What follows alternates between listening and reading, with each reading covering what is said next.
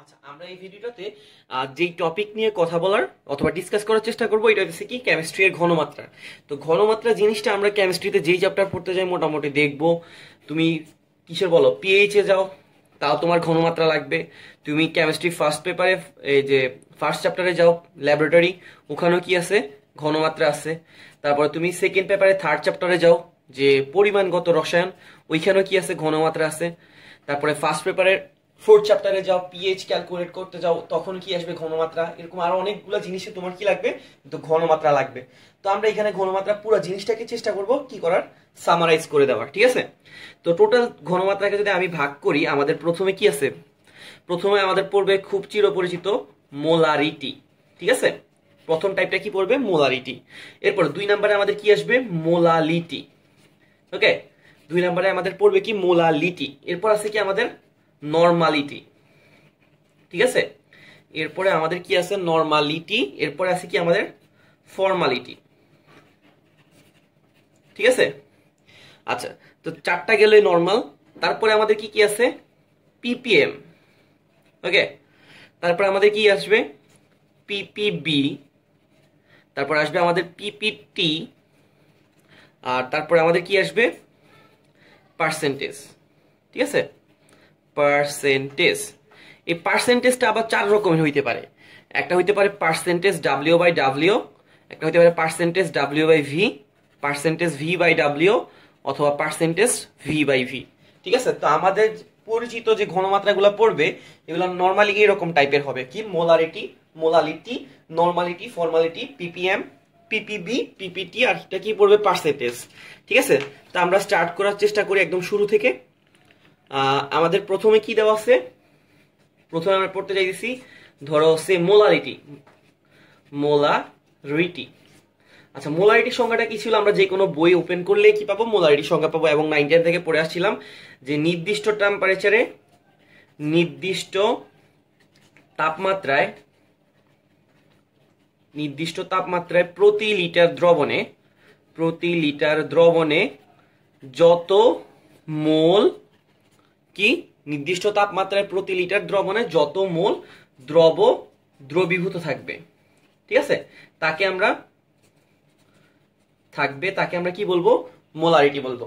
তাহলে কি বললাম, যে নির্দিষ্ট তাপমাত্রায় প্রতি লিটার দ্রবণে যত মোল দ্রবীভূত থাকবে তাকে আমরা কি বলবো, মোলারিটি। ওকে, তাহলে মোলারিটির সূত্রটা কি, তাকে মোলারিটি বলি। আচ্ছা, ধরো তোমার কি ভি লিটার আয়তনে দ্রবীভূত আছে কি এন মোল। তাহলে প্রতি লিটার, প্রতি লিটার মানে কি বলতো, কোনো কিছু প্রতি বলা মানে কি বুঝায়, প্রতি বলা মানে বুঝায় 1, ঠিক আছে। ধরো ভি লিটারে আছে কয় মোল, এন মোল, তাহলে 1 লিটারে কতটুক থাকবে, এন ডিভাইডেড বাই ভি মোল। ওকে, আচ্ছা, এন মোল সংখ্যা, মোল সংখ্যার একটা ফর্মুলা আমাদের সবচেয়ে পরিচিত। মোল কিভাবে পাওয়া যায়, আমরা যদি কি করি, ভরকে আণবিক ভর দ্বারা ভাগ করে দেই। কিভাবে আমরা মোল পাই, ভরকে যদি কি করি আণবিক ভর দ্বারা ভাগ করে দিই। তাহলে এই যে এন আছে, এই যে ভি আছে, এনটা কিভাবে পাবো, ভরকে আমরা কি দ্বারা প্রকাশ করতে পারি, ডাব্লিউ, আর আণবিক ভরকে আমরা কি দ্বারা প্রকাশ করি, এম, ঠিক আছে। আর ভিটা হইতেছে কি আয়তন। তাহলে আমাদের এখানে কি আসতেছে, W divided by M into V, ঠিক আছে। আচ্ছা, এই ভি এর এককটা কিসে আছে, লিটারে নাকি মিলি লিটারে, একটু চেক করলে দেখবা যে এটা কোন এককে আছে, লিটার এককে আছে, ঠিক আছে। তো এটাকে যদি আমরা, আচ্ছা, তাহলে আমাদের কি আসতেছে, আমাদের ঘনমাত্রা বের করার সূত্রটা আসতেছে এস সমান সমান W divided by M V, ঠিক আছে। আচ্ছা, এখানে তবে ভিটা হইতেছে কিসে আছে, এখানে ভিটা কোন এককে লেখা লাগবে, লিটার এককে। ওকে, কিন্তু যদি আমি ভিটাকে মিলি লিটার এককে লিখতে চাই তাহলে কি করতে হবে, W divided by M V. আমি যদি এটাকে মিলি লিটারে লিখতে চাই, কিন্তু আমার আনসারটা আনা লাগবে কিসে, লিটারে, কারণ আমাদের এই যে সংজ্ঞায় বলা আছে প্রতি লিটার দ্রবণে। তাহলে মিলি লিটারে যদি আমি লিখতে চাই, তাহলে এই মিলি লিটারটাকে আবার কি করা লাগবে, 1000 দিয়ে ভাগ করা লাগবে। তাহলে আমাদের কি চলে আসবে, আমাদের 1000 W divided by M V চলে আসবে। এখানে ভিটা কোন এককে আসবে, মিলি লিটারে। তাহলে আমি এই যে ঘনমাত্রার যে সূত্রটা আছে এস এর সূত্রটা কোনটা ইউজ করতে পারি, দুইটা ইউজ করতে পারি। একটা কি W divided by M V, তবে এখানে ভিটা কিসে থাকবে, লিটারে। আর আমি ইউজ করতে পারি 1000 W divided by M V, তবে এখানে ভিটা হইতেছে কি মিলি লিটারে। তা আমি একটু লিখে দিচ্ছি আরেকবার। আমরা এটাই ইউজ করব মেইনলি। এস এস সমান সমান আমরা কি পাইতেছি 1000 ডাব্লিউ ডিভাইডেড বাই এমভি। এখানে পরিচয়গুলো লিখে দিচ্ছি।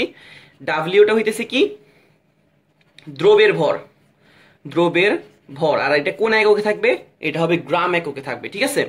এম এমটা কি, এমটা হইতেছে আণবিক ভর, আণবিক ভর। এই আণবিক ভরটা তো অবশ্যই কিসে থাকবে, গ্রামে থাকবে। ভি ভিটা হইতেছে কি আয়তন। এই আয়তনটাকে আমরা কি করব, যদি এখানে 1000 ইউজ করি অবশ্যই আয়তনটা ইউজ করতে হবে মিলিলিটারে, আর যদি 1000 না দেই তাহলে ভিটা ইউজ করতে হবে কিসে, লিটার এককে। তো আমরা একটা ফরম্যাটেই রাখলাম, সূত্র আপাতত মনে রাখবো কোনটা, এইটা, ঠিক আছে। তো আমরা একটা প্রশ্ন লিখে সলভ করার চেষ্টা করি। যদি তোমাকে বলে যে 500 ml কস্টিক সোডা দ্রবণে 20 গ্রাম দ্রবীভূত আছে, ঠিক আছে। তোমাকে কি বলছে, 500 ml কস্টিক সোডা দ্রবণে 20 গ্রাম দ্রবীভূত আছে। তোমাকে জিজ্ঞেস করছে যে কস্টিক সোডা এর ঘনমাত্রা কত, ঠিক আছে। তোমাকে 500 ml কস্টিক সোডা দ্রবণে 20 গ্রাম দ্রবীভূত আছে বলছে। তোমাকে জিজ্ঞেস করছে কস্টিক সোডার ঘনমাত্রা কত। তো ঘনমাত্রাকে আমরা প্রকাশ করি কি দ্বারা, এস দ্বারা। কোথাও কোথাও দেখতে পারো এস না প্রকাশ করে অথবা কি দ্বারা প্রকাশ করছে, সি, সি ফর কনসেন্ট্রেশন, ঠিক আছে। আমরা এস দিয়েও প্রকাশ করতে পারি, সি দ্বারাও প্রকাশ করতে পারি, ঠিক আছে। তাহলে আমরা এস প্রকাশ করি, সি প্রকাশ করি ইচ্ছা। এটা সূত্রটা কি, এটা সূত্রটা হইছে 1000 ডাব্লিউ ডিভাইডেড বাই এমভি। আচ্ছা 1000 ইন্টু ডাব্লিউ, ডাব্লিউ কি আমাকে বলতেছে, ডাব্লিউটা হইতে ছিল কি, আমরা ধরে নিছিলাম কি দ্রবের ভর। তাহলে আমাদের দ্রবের কতটুকু ভর আছে, 20 গ্রাম। আর এম হইতেছে কি আণবিক ভর, কস্টিক সোডা, কস্টিক সোডা আণবিক ভর কত আমরা জানি যে 40, ঠিক আছে।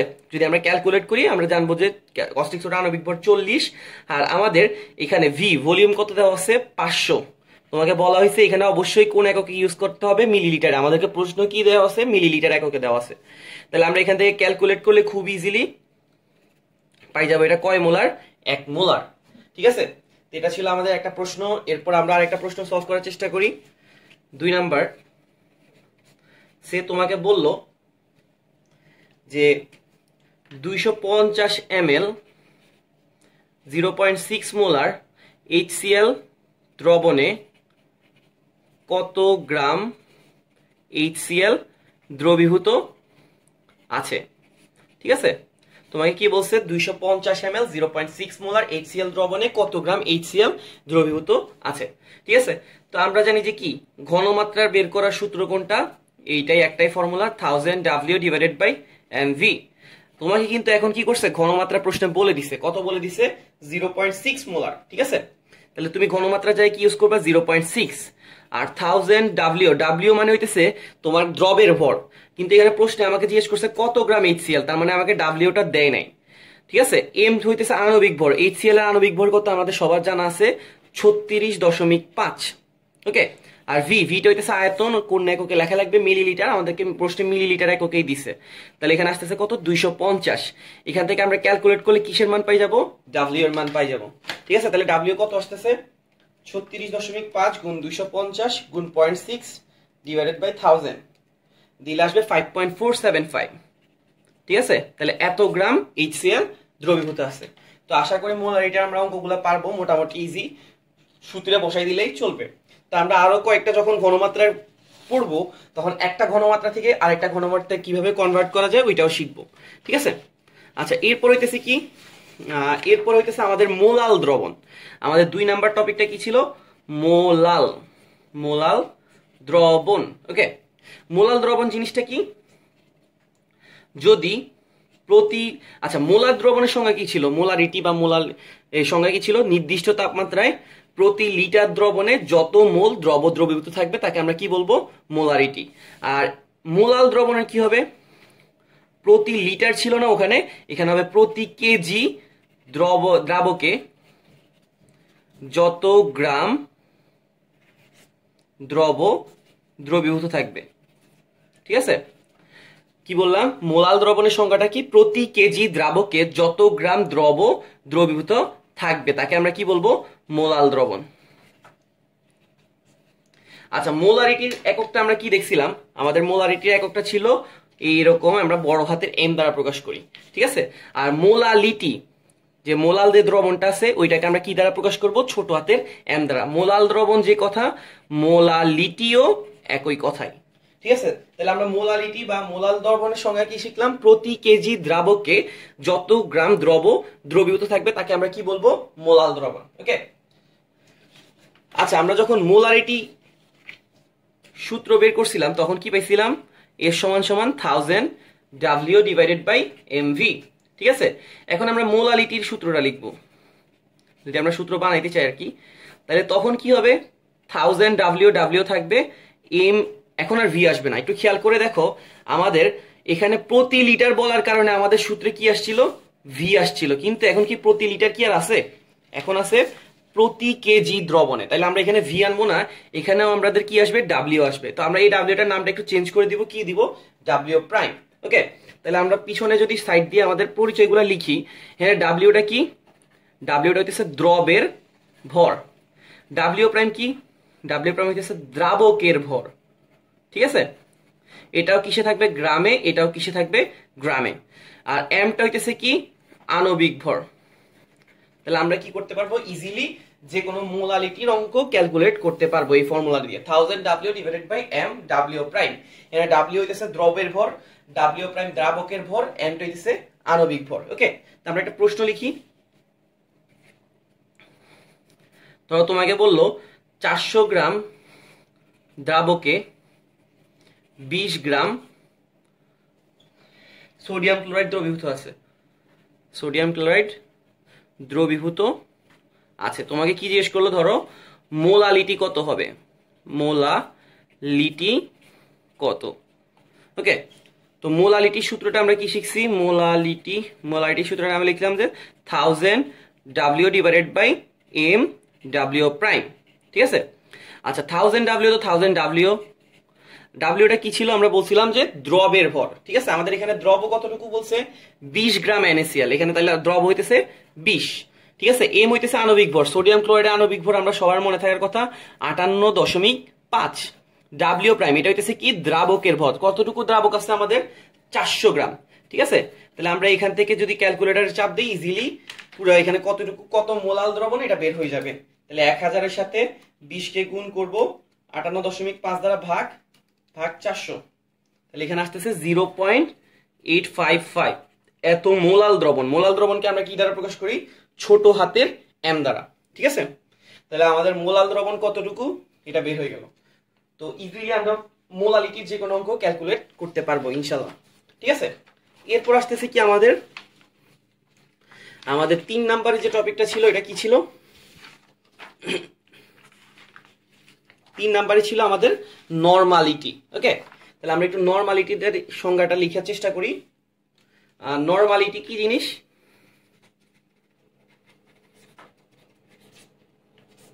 নরমালিটি কি জিনিস, নরমালিটিটা হইতেছে প্রতি লিটার দ্রবণে যত তুল্য ভর পরিমাণ দ্রবীভূত থাকবে, তুল্য ভর পরিমাণ দ্রবীভূত থাকবে তাকে আমরা কি বলবো, তাকে আমরা বলবো নরমালিটি। আমি আরেকবার রিপিট করতেছি, প্রতি লিটার দ্রবণে যত তুল্য ভর পরিমাণ দ্রবীভূত থাকবে তাকে আমরা কি বলবো, নরমালিটি। ওকে, আমাদের মোলারিটির সংজ্ঞা কি ছিল, প্রতি লিটার দ্রবণে যত ভর পরিমাণ যত মোল দ্রবীভূত থাকবে তাকে আমরা কি বলবো, মোলারিটি বলবো। আর এখানে কি আসছে, তুল্য ভর, তাহলে একটা নতুন টার্ম আসছে কি, তুল্য ভর। ঠিক আছে, তো আমরা এখানে এই যে নরমালিটির জন্য এক্সট্রা কোনো সূত্র শিখবো না, আমরা একটা সূত্র দিয়ে কি করব, কনভার্ট করে ফেলবো। আমরা নরমালিটিকে কি দ্বারা প্রকাশ করব, বড় হাতের এন দ্বারা। আর আমরা মোলারিটিকে কি দ্বারা প্রকাশ করে আসছি, এস। তাহলে এন সমান সমান এস ইন্টু ই। তাহলে এখানে ই জিনিসটা কি, ই হইতেছে আমাদের তুল্য সংখ্যা। ঠিক আছে, আমরা ইজিলি এই সূত্র দিয়ে যে কোনো নরমালিটি ক্যালকুলেট করতে পারবো। ঠিক আছে, ই হইতেছে কি আমাদের তুল্য সংখ্যা, এস হইতেছে কি মোলারিটি, আর এন হইতেছে কি নরমালিটি। ঠিক আছে, তাহলে আমরা যে কোনো অঙ্ক ইজিলি কি করতে পারবো, ক্যালকুলেট করতে পারবো। তাহলে আমাদের এখানে একটা নতুন টার্ম কি আসছে, ই বা তুল্য সংখ্যা। তাহলে তুল্য সংখ্যা জিনিসটা কি, যদি আমি খুব সহজে বলি, তুল্য সংখ্যা জিনিসটা কি, যার যা আছে তাই তার তুল্য সংখ্যা। ঠিক আছে, তাহলে কি বলতেছি, যার যেটা আছে ওইটা কি হবে, তার তুল্য সংখ্যা হবে। ওকে, তাহলে তুল্য সংখ্যা জিনিসটা কি বললাম, যে যার যেটা আছে। তাহলে কার কি আছে, তোমাকে যদি বলি কার কি আছে, ঠিক আছে, তো তুমি বলবা যে এক নাম্বারে আমি বলি ধাতু। ধাতুর জন্য মেইন জিনিসটা কি, তার চার্জ। ঠিক আছে, তাহলে ধাতু সমূহের চার্জের মানটাই হবে তার কি, তুল্য সংখ্যা। ধাতুর জন্য চার্জের মান, তুমি কিন্তু চার্জ পুরোটাকে নিবা না, জাস্ট কি নিবা, মানটাকে নিবা। যেমন তার যদি চার্জ হয় +5, তাহলে তুমি কি লিখবা, জাস্ট 5 লিখবা। ঠিক আছে, তারপরে অধাতু সমূহের জন্য কি সেম চার্জের মান।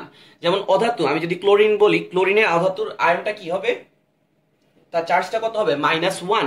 তাহলে তুমি জাস্ট কি নিবা, মানটাকে নিবা, জাস্ট কত লিখবা, 1 লিখবা, কোনো মাইনাস চিহ্ন প্লাস চিহ্ন দেওয়ার দরকার নাই। তাহলে তুল্য সংখ্যা কি, যার যেটা আছে তাই তার তুল্য সংখ্যা। ধাতু অধাতু সময়ের জন্য তাদের চার্জের মানের সমানটা হবে কি, তার তুল্য সংখ্যা। ওকে, আচ্ছা, তারপরে কি 3 নম্বরে যৌগমূলক।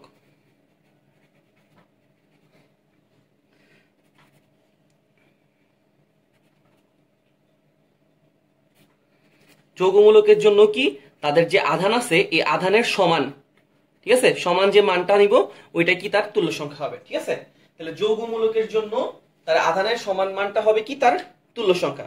ওকে, এরপর হইতেছে কি আমাদের এসিড বেস। আমি যদি কথা বলতে যাই, এরপরে আসবে কি আমাদের 4 নম্বরে 3 4 নম্বরে কি, এসিড বেস, এসিড অথবা বেস। আচ্ছা, এসিডের জন্য যতগুলা কি করবে, হাইড্রোজেন আয়ন দিবে, সেটাই কি হবে, তার তুল্য সংখ্যা হবে। তাহলে বেসের জন্য কি হবে, যতগুলো হাইড্রোক্সিল আয়ন দিবে, এটাই কি হবে, তার তুল্য সংখ্যা। তাহলে কি বললাম, এসিডের জন্য যতগুলো হাইড্রোজেন আয়ন দিবে সেটাই তার তুল্য সংখ্যা, আর বেসের জন্য যতগুলো হাইড্রোক্সিল আয়ন দিবে এটাই তার তুল্য সংখ্যা। তারপরে 5 নাম্বার, তারপর কি আসতেছে, জারক অথবা বিজারক। ঠিক আছে, জারক অথবা বিজারক। জারক বিজারকের জন্য যতগুলো ইলেকট্রন দান করবে অথবা কি করবে, গ্রহণ করবে, সেটাই কি হবে, তার তুল্য সংখ্যা হবে। তাহলে কি বললাম, জারক অথবা বিজারকের জন্য যতগুলো ইলেকট্রন দান করবে অথবা গ্রহণ করবে সেটাই কি হবে, তার তুল্য সংখ্যা। দেখো, আমরা কিন্তু তুল্য সংখ্যার সংজ্ঞায় বলে আসছি যে যার যেটা আছে। ধাতু সমূহের আর অধাতু সমূহের বা যৌগমূলক, তাদের জন্য মেইন পয়েন্ট কোনগুলো, তাদের আধান। তাহলে ওই আধানের সমান মানটাকে নিয়ে আমরা কি করতেছি, তুল্য সংখ্যা বলতেছি। এসিড বেসের জন্য তার মেইন পয়েন্ট হইতেছে কি, সে কয়টা হাইড্রোজেন আয়ন প্রডিউস করতেছে অথবা কয়টা হাইড্রোক্সিল আয়ন প্রডিউস করতেছে। ঠিক আছে, এটাই তার তুল্য সংখ্যা। জারক বিজারক কি, কতগুলো ইলেকট্রন দিতেছে অথবা নিতেছে, তাহলে ওইটাই কি, তার তুল্য সংখ্যা। ধরো তোমাকে এখন আমরা কয়েকটা অঙ্ক করাই। প্রশ্ন 1, ধরো তোমাকে বললো 450 ml দ্রবণে তোমাকে বললো যে 20 গ্রাম HCl দ্রবীভূত আছে। ঠিক আছে, তোমাকে জিজ্ঞেস করছে দ্রবণের ঘনমাত্রার নরমালিটি ক্যালকুলেট করো। ঠিক আছে, তাহলে নরমালিটি সূত্র তুমি কি শিখছো, n = SE। ঠিক আছে, তুমি নরমালিটি সূত্রটা কি শিখে আসছো, n = SE। তাহলে S এর সূত্রটা আবার কি শিখে আসছো, 1000 W/mv। ওকে, আর E হইতেছে তুল্য সংখ্যা, HCl একটা অ্যাসিড, তাহলে তার তুল্য সংখ্যা কত হবে, সে কয়টা হাইড্রোজেন আয়ন দিবে, একটা হাইড্রোজেন আয়ন দিবে, তাহলে তার তুল্য সংখ্যা কত হবে, 1। আর এখানে 1000 থাকবে, W হইতেছে কতটুকু ভর আছে, 20 গ্রাম, M হইতেছে আণবিক ভর কত আছে, এইখানে HCl লিখছি, তাহলে এটা আণবিক ভর হইতেছে 36.5, আর V হইতেছে কত, 450। এটা ক্যালকুলেট করলে ইজিলি আমরা কত নরমাল দ্রবণ আমরা ইজিলি পেয়ে যাব। ঠিক আছে, এটা ক্যালকুলেট করলে যেটা আসবে ওইটাই হইতেছে কি আমাদের আনসার। ওকে, তারপর আমরা আরেকটা অঙ্ক করার চেষ্টা করি। ধরো তোমাকে বললো 250 ml দ্রবণে 50 গ্রাম সালফিউরিক অ্যাসিড আছে। সালফিউরিক অ্যাসিড না লিখে আমরা ধরো কাকে লিখবো, আমরা লিখলাম অ্যালুমিনিয়াম হাইড্রোক্সাইড আছে। ঠিক আছে, 250 ml দ্রবণে 50 গ্রাম অ্যালুমিনিয়াম হাইড্রোক্সাইড আছে। তোমাকে বললো যে নরমালিটি কত হবে। ঠিক আছে, নরমালিটি কত। তাহলে নরমালিটি সূত্রটা কি শিখছো, এন সমান সমান এস ই, এস মানে হইতেছে 1000 ডাব্লিউ ডিভাইডেড বাই এমভি। ওকে, আর ই হইতেছে তুল্য সংখ্যা, এটা একটা ক্ষার, তাহলে সে কয়টা হাইড্রোজেন আয়ন হাইড্রোক্সিল আয়ন দিবে, 3টা, তাহলে তার তুল্য সংখ্যা কত হবে 3। আমরা এই দিক থেকে 3 লিখতে পারি, অথবা এখানে যে অ্যালুমিনিয়াম আছে সেন্ট্রাল, এই অ্যালুমিনিয়ামের ধাতুর চার্জ কত +3, ওই দিক থেকে আমরা বলতে পারি এটার কত 3। তাহলে এখানে কত আসতেছে 1000 ডাব্লিউ ডিভাইডেড বাই এমভি, তাহলে 1000 থাকবে, ডাব্লিউ হইতেছে কত আছে 50 গ্রাম, এম হইতেছে আণবিক ভর, অ্যালুমিনিয়াম হাইড্রোক্সাইডের যদি আণবিক ভর বের করি তাহলে কত আসবে 51 আর 27 মেবি 78, আর ভি হইতেছে কত বলছে 250, এটার সাথে আমরা 3 গুণ করে দিলে যেটা পাবো অত নরমাল দ্রবণ। ওকে, তাহলে আমরা এভাবে ইজিলি যে কোনো দ্রবণের নরমালিটি ক্যালকুলেট করতে পারবো, ঠিক আছে। আচ্ছা, এরপরে 4 নম্বরে কি ছিল, আমরা 4 নম্বরে লিখছিলাম ফর্মালিটি, ঠিক আছে। ফর্মালিটি কি, ফর্মালিটি, এটাকে ফর্মালিটি বলি বা ফর্মাল দ্রবণ বলি, সেম কথা, ঠিক আছে। এটা আলাদা কোনো কিছুই না, আমরা যে মোলারিটি শিখে আসছি, আমরা যে মোলারিটিটা শিখছি ওটা যদি কোনো একটা আয়নিক যৌগের জন্য ক্যালকুলেট করি, কোন একটা আয়নিক কম্পাউন্ডের জন্য ক্যালকুলেট করি, ঠিক আছে, আমরা যে মোলারিটিটা ক্যালকুলেট করি ওইটা যদি কোনো একটা আয়নিক কম্পাউন্ডের জন্য ক্যালকুলেট করি তাহলে তার নাম হইতেছে ফর্মালিটি অথবা ফর্মাল দ্রবণ। মানে কি বোঝাতে চাইলাম, যেমন ধরো আমি সোডিয়াম ক্লোরাইডকে নিলাম, এটা কি একটা আয়নিক যৌগ না, আমি এই আয়নিক যৌগের মোলারিটি ক্যালকুলেট করতেছি, তাহলে আমরা কি ইউজ করব 1000 ডাব্লিউ ডিভাইডেড বাই এমভি, তখন এটার একটা স্পেশাল নাম দিতেছি, যেহেতু এটা একটা আয়নিক যৌগ তার নাম দিতেছি আমরা ফর্মালিটি।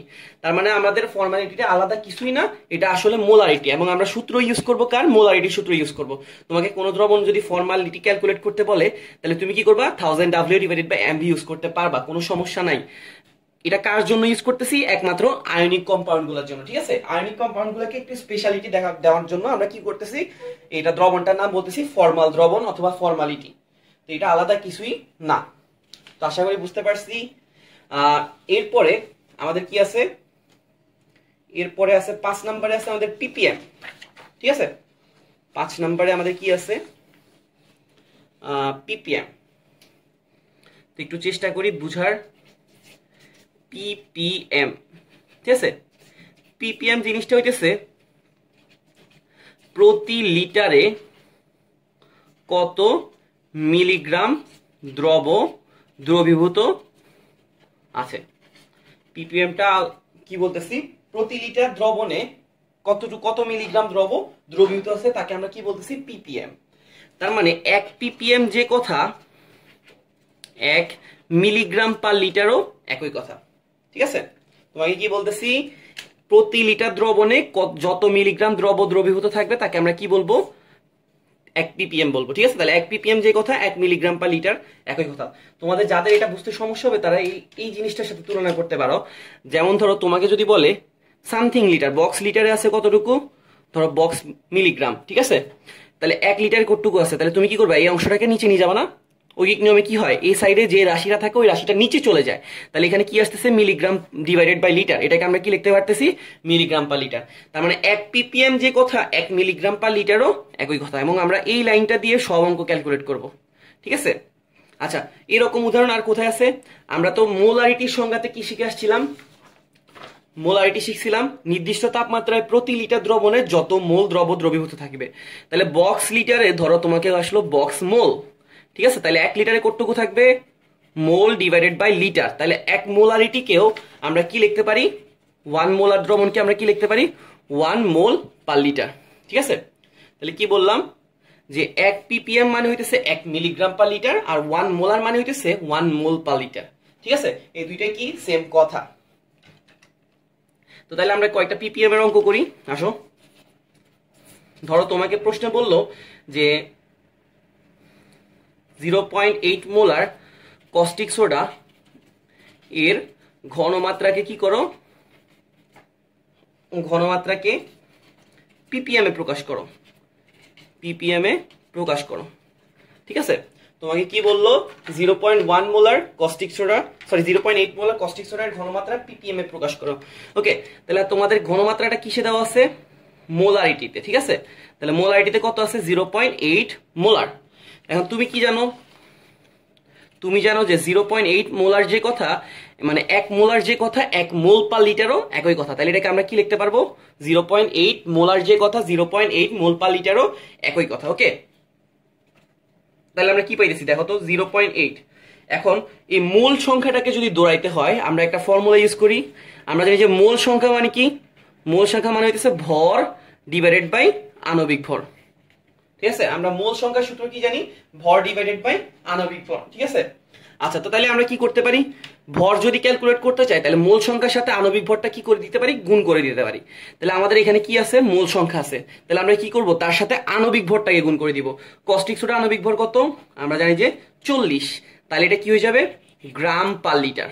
তাহলে এটা কি হয়ে গেল? মোল সংখ্যা থেকে ভর সংখ্যাতে কনভার্ট হয়ে গেল। ব্যাপারটা কি বুঝতে পারছি? আমি আরেকবার বলতেছি, আমাদেরকে প্রশ্নে ঘনমাত্রা দেওয়া আছে মোলারিটিতে কত? 0.8 মোলার। ওকে, 0.8 মোলার যে কথা 0.8 মোল পার লিটারও একই কথা। তো এই মোল সংখ্যাটাকে দৌড়াইতে হবে। কেন? কারণ হইতেছে আমাদের পিপিএম এ কনভার্ট করতে হলে গ্রাম আনা লাগবে, মানে ভর আনা লাগবে। ঠিক আছে, তো মোল সংখ্যাকে দৌড়াবো কিভাবে? আমরা কি করব? আণবিক ভরটা মোল সংখ্যার সাথে গুণ করে দিব। তাহলে আমরা কি পাই যাব? ভর পাই যাব। তাহলে আণবিক ভর কত? 40 গুণ করে দিলাম, তাহলে কত চলে আসলো? গ্রাম পার লিটার। তাহলে এখানে আসতেছে 0.8 ইন্টু 40 ইন্টু গ্রাম। আচ্ছা, আমাদের মোলারিটিতে কনভার্ট করতে হলে গ্রাম পার লিটার প্রয়োজন না মিলিগ্রাম পার লিটার প্রয়োজন? অবশ্যই মিলিগ্রাম পার লিটার। তাহলে তার সাথে আমরা কি করে দিব? 1000কে গুণ করে দিব। তাহলে এখানে কি হয়ে যাবে? এত মিলিগ্রাম পার লিটার। তাহলে এখানে কি আসতেছে? 0.8 গুণ 40 গুণ 10 কিউব পিপিএম। এই যে আমাদের ঘনমাত্রাটা কি হয়ে গেল? পিপিএম এ কনভার্ট হয়ে গেল। ব্যাপারটা কি বুঝতে পারছি? আচ্ছা, তো তাহলে একটু খেয়াল করো, আমাদের কি ছিল? দেওয়া ছিল ঘনমাত্রা ছিল মোলারিটিতে 0.8 মোলার যে কথা 0.8 মোল পার লিটারও একই কথা। মোল সংখ্যাটাকে দৌড়ানোর জন্য আমরা আণবিক ভর গুণ করে দিছি। তাহলে এবার একটু যদি তুমি নোটিস করো তাহলে দেখবা কি এখানে আমরা কি করছি? এখানে আমাদের শুরুতে 0.8 যেটা ছিল এটা আসলে আমাদের ছিল মোলারিটি। তার সাথে আমরা কি করছি? আণবিক ভরটাকে কি করে দিছি? গুণ করে দিছি। ঠিক আছে, মোলারিটির সাথে আমরা কি করতেছি? একটু পুরাপুরি লিখি। মোলারিটির সাথে আমরা কি করছি? আণবিক ভরটা কি করছি? গুণ করে দিছি। আর তার সাথে শেষে কি করছি? আবার 1000 গুণ করছি। এই 1000টা গুণ করার কারণে এটা কি হয়ে গেছে? পিপিএম এ কনভার্ট হয়ে গেছে। তাহলে আমরা যদি পিপিএম এর একটা সুন্দর ফর্মুলা লিখতে চাই তাহলে কি করব? তাহলে পিপিএম এর ফর্মুলাটা আমরা কি পাইতেছি? মোলারিটি ইন্টু আণবিক ভর ইন্টু 10 কিউব। তাহলে এটা হয়ে গেল কি? পিপিএম। কোনো কিছু যদি মোলারিটি দেওয়া থাকে আমি তার সাথে আণবিক ভরকে গুণ করে 1000 দ্বারা গুণ করে দিলে কি পাই যাব? পিপিএম এ পাই যাব। যেমন ধরো তোমাকে বললো 0.6 মোলার সালফিউরিক অ্যাসিড ঘনমাত্রা পিপিএম এ কত হবে? তুমি এক লাইনে কি করতে পারবা? ক্যালকুলেট করতে পারবা। কিভাবে? তুমি দেখতেছো এখানে আছে কত? 0.6। তাহলে পিপিএম এ ক্যালকুলেট করলে কি আসবে? ঘনমাত্রা 0.6, এটার আণবিক ভর কত? 98। তার সাথে আমরা কি করে দিব? 10 কিউবকে গুণ করে দিব। তাহলে আমরা কি পাই যাব? পিপিএম পাই যাব। তো এটাকে আমরা বক্স আকারে লিখলাম যেটা সূত্র। ঠিক আছে, তাহলে আমরা যে কোনো ঘনমাত্রাকে কি করতে পারতেছি? পিপিএম এ কনভার্ট করতে পারতেছি। ঠিক আছে, তা আমরা আরেকটু কঠিন প্রশ্ন করার চেষ্টা করি। ধরো তোমাকে বললো 0.2 নরমাল দ্রবণ, নরমাল তোমাকে বললো ম্যাগনেসিয়াম হাইড্রোক্সাইড এর পিপিএম কত? একটু খেয়াল করে দেখো, এখন ঘনমাত্রাটা কিসে দিছে? 0.2 নরমাল। ওকে, তাহলে নরমালিটির সূত্র আমরা কি শিখছিলাম? n সমান সমান SE। ঠিক আছে, n সমান সমান আমরা কি শিখে আসছি? SE। আমাদের এখানে n এর ভ্যালু বলে দিছে 0.2, s হইতেছে মোলারিটিতে ঘনমাত্রা, আর e হইতেছে তুল্য সংখ্যা। ম্যাগনেসিয়াম হাইড্রোক্সাইড একটা ক্ষার, তাহলে তার তুল্য সংখ্যা কত হবে? 2। তাহলে আমরা এখান থেকে ইজিলি বুঝতেছি আমাদের s কত হবে? 0.2 কে 2 দ্বারা ভাগ করে দিলে 0.1। ঠিক আছে, তাহলে আমাদের পিপিএম এ আনসারটা কত হবে? পিপিএম এ আনসারটা হবে মোলারিটিতে ঘনমাত্রা গুণ আণবিক ভর। এটা আণবিক ভর যদি আমরা ক্যালকুলেট করি 17 2 34 24 মেবি আসতেছে কত? 58। ঠিক আছে, আর তার সাথে আমরা কত গুণ করে দিব? 10 কিউব গুণ করে দিব। তাহলে এটা কি হয়ে গেল? পিপিএম এ কনভার্ট হয়ে গেল। বুঝতে পারছি কিনা? তো ইজি না? তো আমরা যে কোনো ঘনমাত্রাকে ইজিলি কি করতে পারতেছি? পিপিএম এ কনভার্ট করতে পারতেছি। ঠিক আছে, আচ্ছা তারপরে আমরা চলে যাইতেছি আমাদের পিপিএম এর পরের টপিকটা ছিল কি? পিপিবি। ঠিক আছে, পিপিএম এর পরের টপিকটা ছিল আমাদের পিপিবি। পিপিএম এর পরে ছিল আমাদের পিপিবি। আচ্ছা, আমরা পিপিএম এর ফুল মিনিংটা বলি নাই। পিপিএম এর ফুল মিনিংটা ছিল পার্টস পার মিলিয়ন। এটা আমরা কেন ইউজ করতাম? কারণ হচ্ছে আমাদের যে ক্ষুদ্র ক্ষুদ্র পরিমাণ জিনিসগুলো আছে ওগুলোর যে ভ্যালু অনেক বেশি। মানে ধরো তোমাকে যদি বলি আমি 0.001 মিলিগ্রাম ডায়মন্ড, ঠিক আছে, ওই ডায়মন্ডটার ভ্যালু কি অনেক বেশি। এখন যখন আমি কি করব, এই ppm স্কেলে 10 কিউব দ্বারা কোনো কিছুকে গুণ করে দিব, এটা কি হয়ে যাবে, বড় হয়ে যাবে না? ওই জন্য আমাদের এই ভ্যালুগুলা, ছোট ছোট অ্যামাউন্টগুলো যে একটু ভ্যালু আছে, ওই ভ্যালুগুলোকে বোঝানোর জন্য আমরা কি করতেছি, ppm ইউজ করতেছি। আরো ক্ষুদ্র পরিমাণ জিনিসের জন্য আমরা ইউজ করবো ppb, আরো ক্ষুদ্র পরিমাণের জন্য আমরা ইউজ করবো কি, ppt। তাহলে ppm এর ফুল মিনিং ছিল পার্টস পার মিলিয়ন, এটা হচ্ছে কি পার্টস পার বিলিয়ন, আর এটা হচ্ছে কি পার্টস পার ট্রিলিয়ন, ঠিক আছে।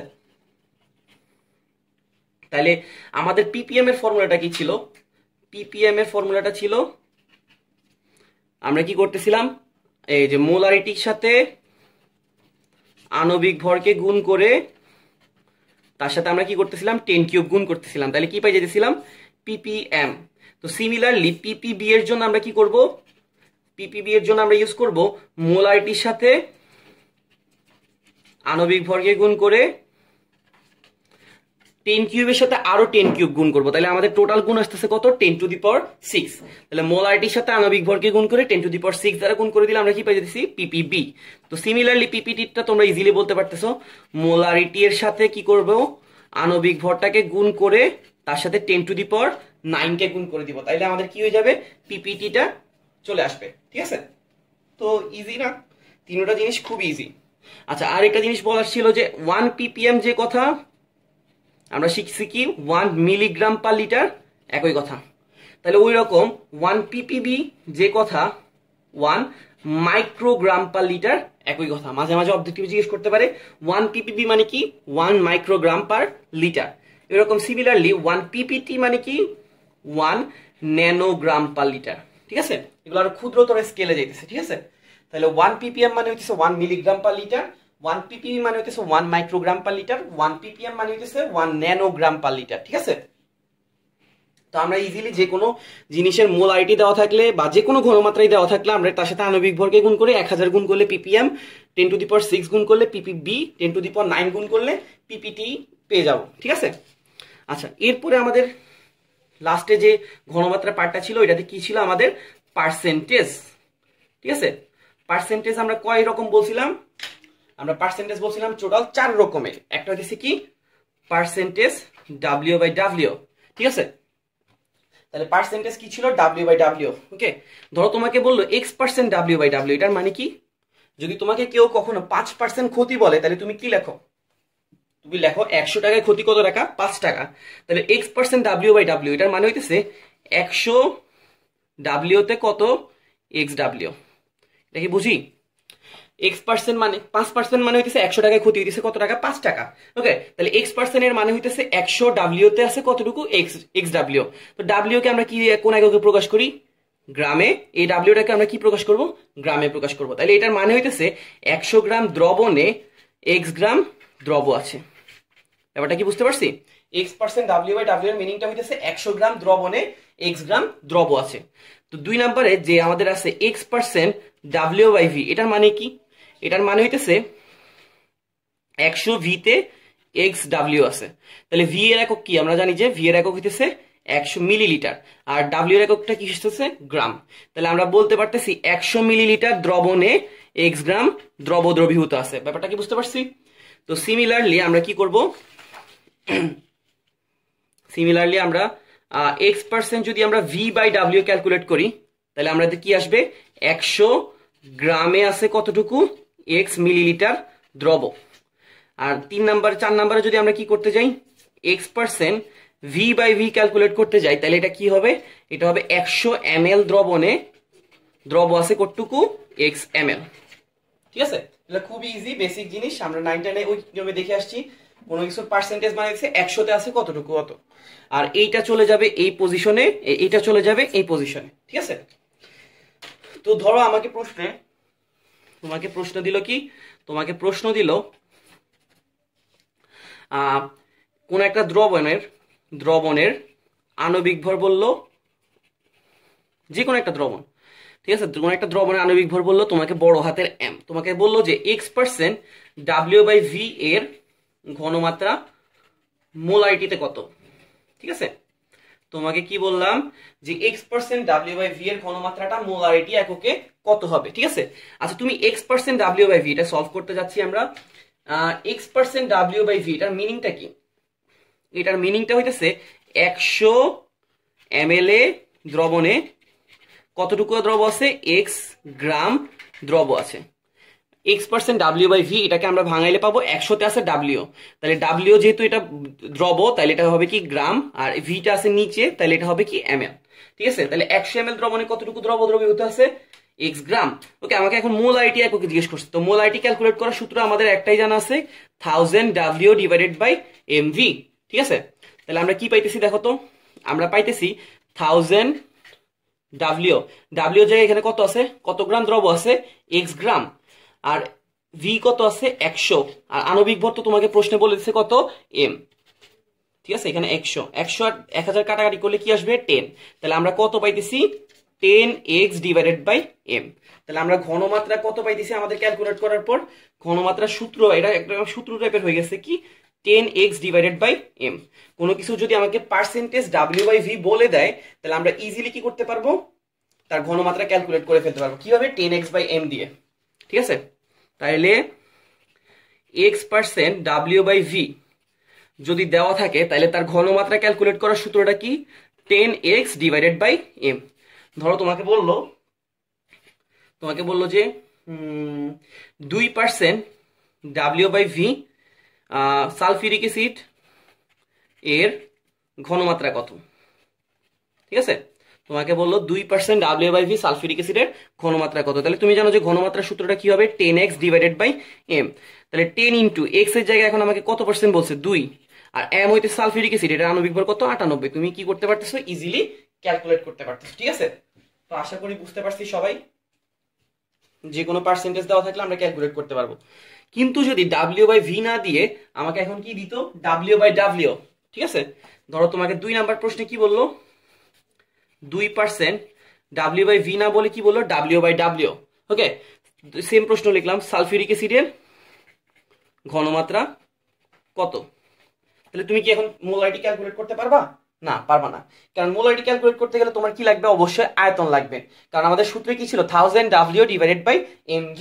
তাহলে আমাদের এখানে কি আয়তন দেওয়া আছে না, যখন তোমাকে এরকম টাইপের কোনো প্রশ্ন দিবে তোমাকে এক্সট্রা একটা ভ্যালু দিয়ে দিবে, ভ্যালুটা হচ্ছে আপেক্ষিক গুরুত্ব,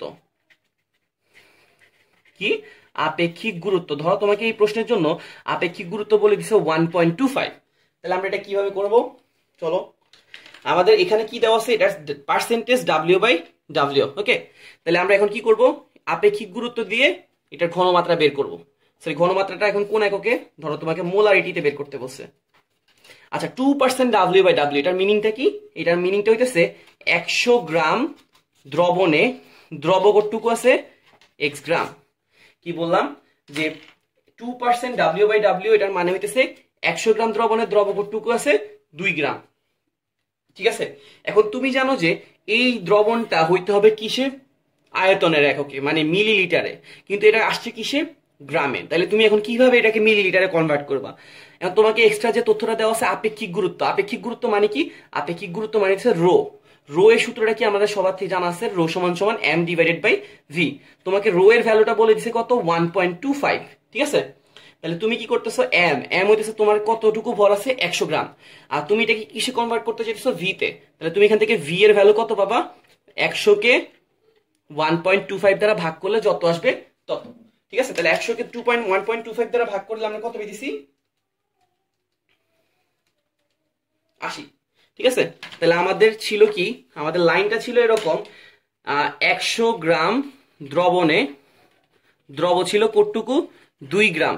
এখন আমরা কি করছি, দ্রবণের 100 গ্রামটাকে কি করছি, আয়তনে কনভার্ট করে ফেলছি, আয়তনে কনভার্ট করার পর কত পাইছি 80 মিলিলিটার। তাহলে আমাদের আসতেছে কত, 80 মিলিলিটার দ্রবণে দ্রব কতটুকু 2 গ্রাম।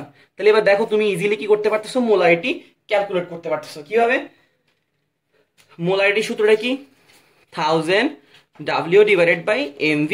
তাহলে এখানে আসছে কত 1000 ইন্টু W, W হইতেছে কতটুকু 2 গ্রাম, m হইতেছে কি আণবিক ভর, এটা সালফিউরিক অ্যাসিডের ছিল তাই কত হবে 98, আর v হইতেছে কত 80 ml, ঠিক আছে।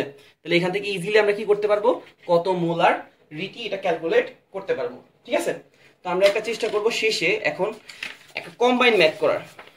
ঠিক আছে, একটা কম্বাইন ম্যাথ করব।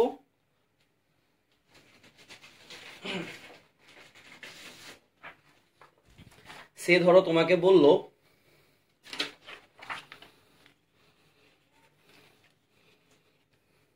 ধরো তোমাকে বলল 10% ফসফরিক অ্যাসিড এর ঘনমাত্রা,